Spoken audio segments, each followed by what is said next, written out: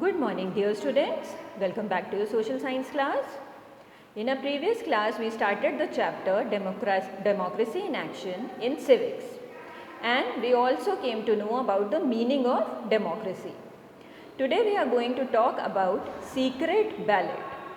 Now the secret ballot system is the system in which nobody should know in whose favor a voter has cast his or her vote, and it should remain a secret even after voting.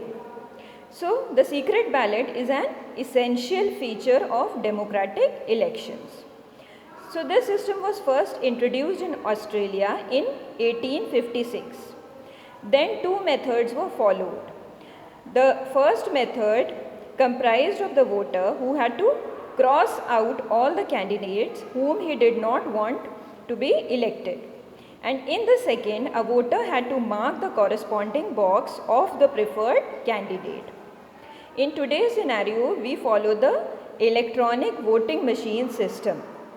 This system features the names of the candidates with respective check boxes, or you can say buttons, for the voters to make their choices. Now we will talk about the simple majority system. So under this system, there are two types of system. The first is the absolute majority and the second is simple majority. Under absolute majority, we have the party which secures more than half of the total votes polled. And under simple majority, we have the party which secures the highest number of votes. We can say that simple majority implies that the winning candidate may or may not have secured more than half of the total votes polled. So simple majority is the most commonly system of elections that we use today. Now coming to constituency, electoral constituency means it refers to a territorial area which elects and sends one representative either to the parliament or to the state assembly. An MP represents a parliamentary constituency in the Lok Sabha, while if we talk about the MLA represents an assembly constituency in the Vidhan Sabha. Then who are the officers on election duty? We already know that Election Commission of India is entrusted with the task of conducting elections in the country. So this independent body is headed by the Chief Election Commissioner.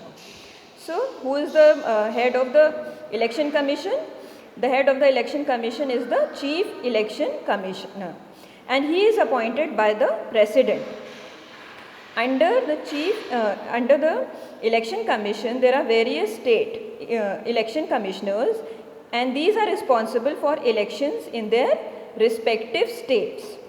At the constituency level, the returning officer appointed by the Election Commission is the main official responsible for conducting elections.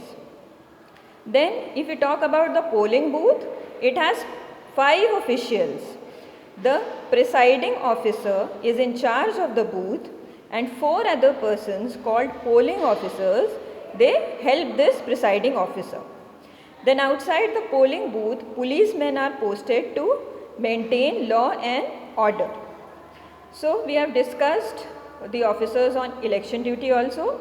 In our next class, we are going to talk about the general elections, by-elections and mid-term elections. The homework for you is to read the chapter. Thank you.